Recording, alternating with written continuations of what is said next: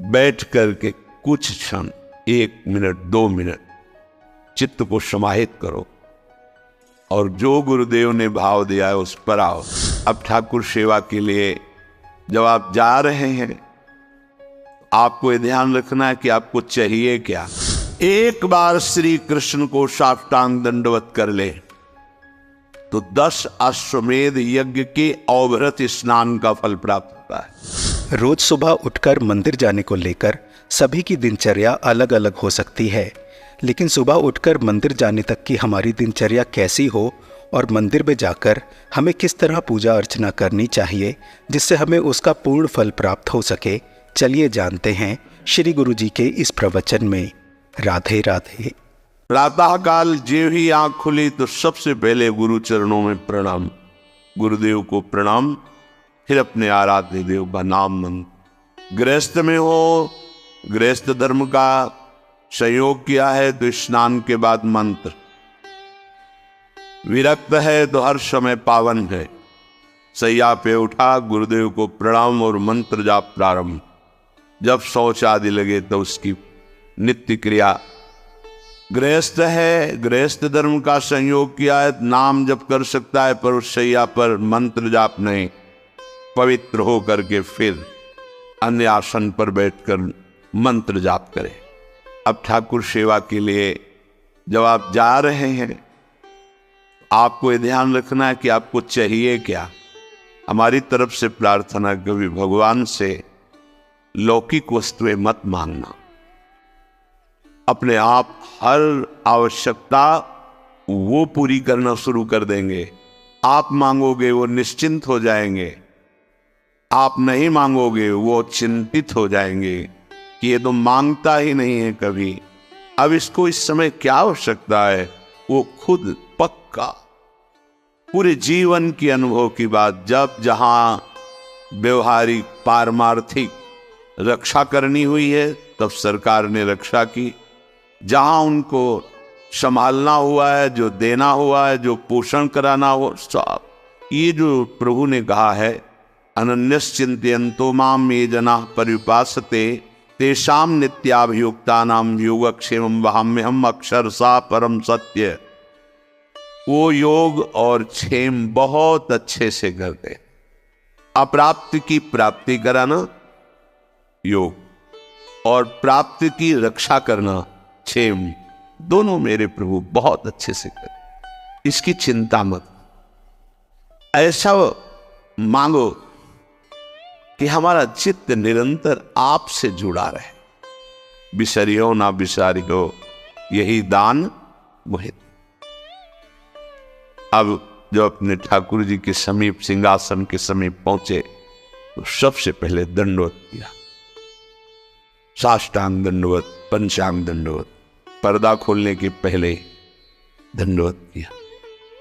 परम धाम की प्राप्ति होगी। एक बार श्री कृष्ण को साष्टांग दंडवत कर ले तो 10 अश्वमेध यज्ञ के अवभृत स्नान का फल प्राप्त होता है। 10 अश्वमेध के अवभृत स्नान करने वाला स्वर्ग जाएगा, अपने यज्ञों का फल भोगेगा, फिर मृत्यु लोक में आएगा। लेकिन कृष्ण प्रणामी न पुनर्भवाय, 10 पुनरेपि जन्मो, तो कृष्ण प्रणामी न पुनर्भवाय। बड़े प्यार से अपने लाडली को साष्टांग दंडवत करो, पंचांग दंडवत करो, फिर बैठ करके कुछ क्षण, 1 मिनट 2 मिनट चित्त को समाहित करो और जो गुरुदेव ने भाव दिया है उस पर आओ। न मैं स्त्री हूं न पुरुष हूं, यद्यपि मैं अपने स्वरूप का अनुभव नहीं कर पा रहा हूं, पर गुरु कृपा से मैं ऐसा भाव करता हूं मैं श्री जी की दासी। प्यारी जो हमारी सखी है हम उनकी सखी। स्त्री पुरुष ये वर्दी है, पोशाक है, सच्चे मानिए ये मैं नहीं हूं कि हम पुरुष होके कैसे। इत सजनी जी है पुरुष रूप में, आचार्य रूप में विराज, गुरुदेव है पुरुष रूप में दिखाई दे रहे और सखी स्वरूप से सेवा में विराजमान है। ये बाहरी पोशाक है, आत्मस्वरूप का ये स्त्री पुरुष शरीर से कोई संबंध नहीं है। स्थूल शरीर, सूक्ष्म शरीर, कारण शरीर, तीनों शरीरों से परे यातना शरीर, देव शरीर, संकल्पित शरीर, इन सब से परे ये सच्चिदानंद बपू किशोरी जी का प्रतिबिंब रूप, मानो जैसे एक शीशे के महल में लाखों अपने रूप दिखाए, ऐसे किशोरी जी के लाखों प्रतिबिंब स्वरूप से चर्याए और कोई नहीं। किशोरी मात्मानम किमि सुकुमारी नुकले, अपने को, अपनी आत्म स्वरूप को वो किशोरी रूप में अनुभव करता है गुरु प्रताप से। तो हम भावना करते, अपनी तिलक रचना करते हैं, शरीर में जय मनाते हुए गुरुदेव की, आचार्य की जो द्वादश तिलक है उनकी रचना रच की कर, और उस समय हम भाव करते हैं कि हम श्री जी की दासी। अगर ऐसा पुरुषत्व भाव बहुत जोर का है तो हम प्रिया प्रीतम के दास हैं, ऐसा शुरू कर दो। तिलक रचना करके अपने को एक क्षण भाव में पहले लो। अब मैं परिचर्या में जा रहे हूं, अब किसकी परिचर्या में जा रहे हैं? तो सामने भाव करो, हमारे श्यामा श्याम विराजमान। बड़े बड़े महाभागवतों को जो पद मिला है, सुख मिला है, वो उस उपासक को सुख मिलता है।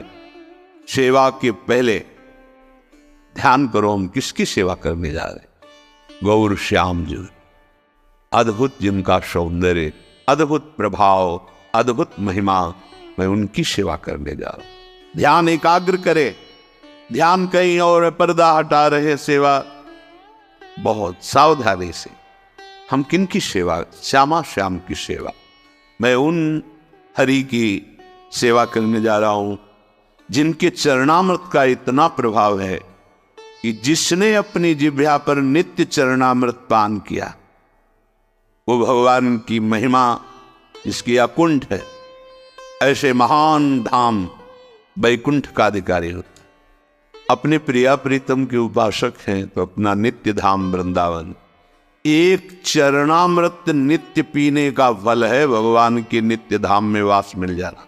विश्वास करो, ये शब्द मजाक में नहीं कहे गए हैं।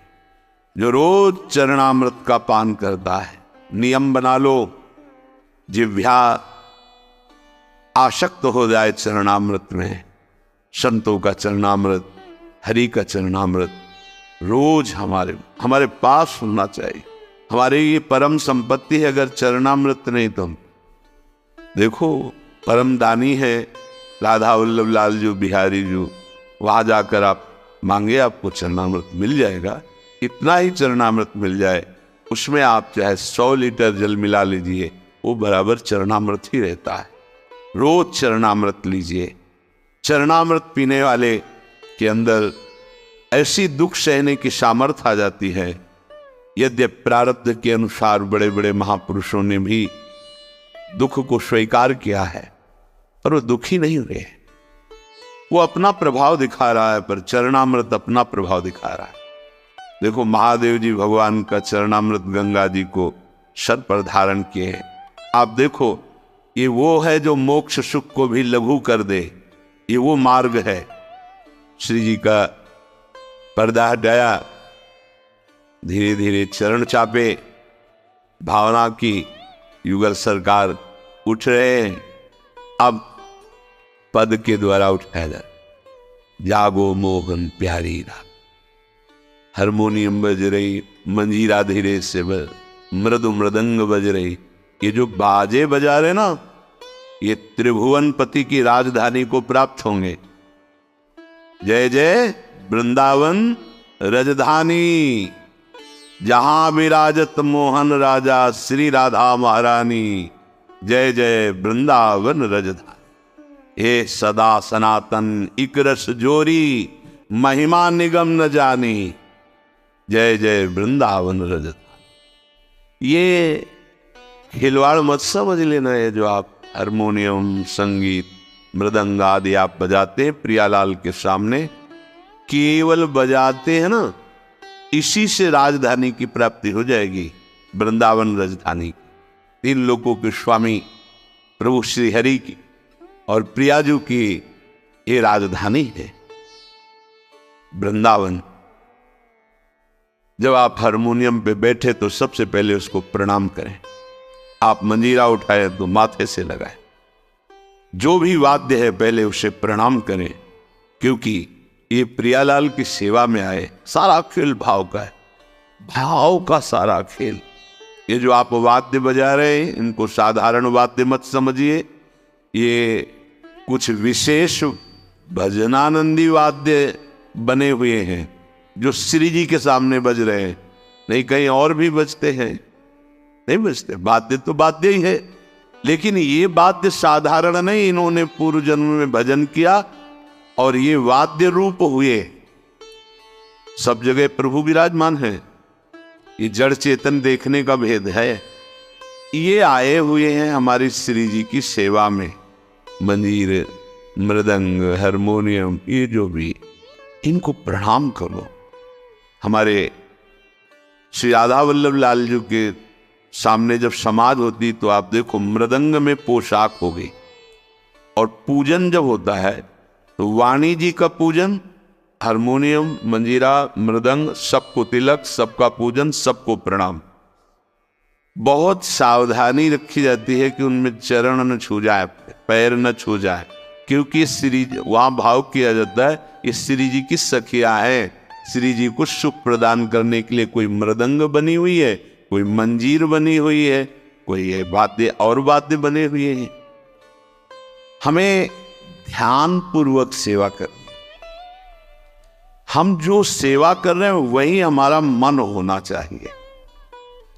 अगर मन सेवा में नहीं तो आप सुख का अनुभव नहीं कर सकते। फल तो मिलेगा ही, पर हमें अपना मन लगाना है।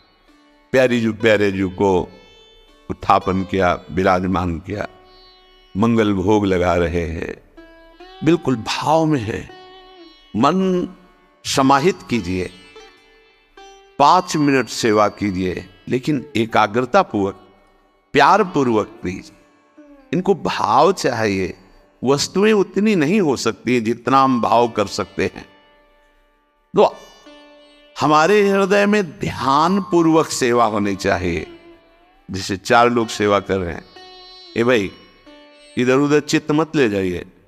आप जो सेवा कर रहे हैं उस पर एकाग्र होइए। अगर आप स्वयं एकाग्र होकर दूसरे को एकाग्र सेवा में करा रहे हैं, बोले वो कभी गर्भवास में नहीं जाएगा, माता के गर्भ में नहीं जाएगा। हमारे प्यारे जू का जो श्रृंगार करते हैं तो हरि उससे अंगीकार कर लेते हैं, अर्थात सीधे सेवा श्रीअंग में जा रही है। और आपको यही श्रीअंग सेवा करने का सौभाग्य प्राप्त होगा, बिल्कुल कोई संशय नहीं। आशा है पूज्य श्री गुरु जी का ये प्रवचन आपके लिए बहुत लाभकारी होगा और आप श्री गुरु जी के द्वारा बताई गई सुबह की दिनचर्या को अपनाकर पुण्य के भागी बनेंगे। श्री गुरु जी के इस प्रवचन से हुए अनुभव को आप चाहें तो कमेंट बॉक्स में लिखकर हमारे परिवार के साथ व्यक्त कर सकते हैं। श्री गुरु जी के मुखारविंद से हमें आध्यात्मिक ज्ञान की प्राप्ति ऐसे ही होती रहे, भगवान से यही प्रार्थना है। आप सबको प्रेम भरा राधे राधे।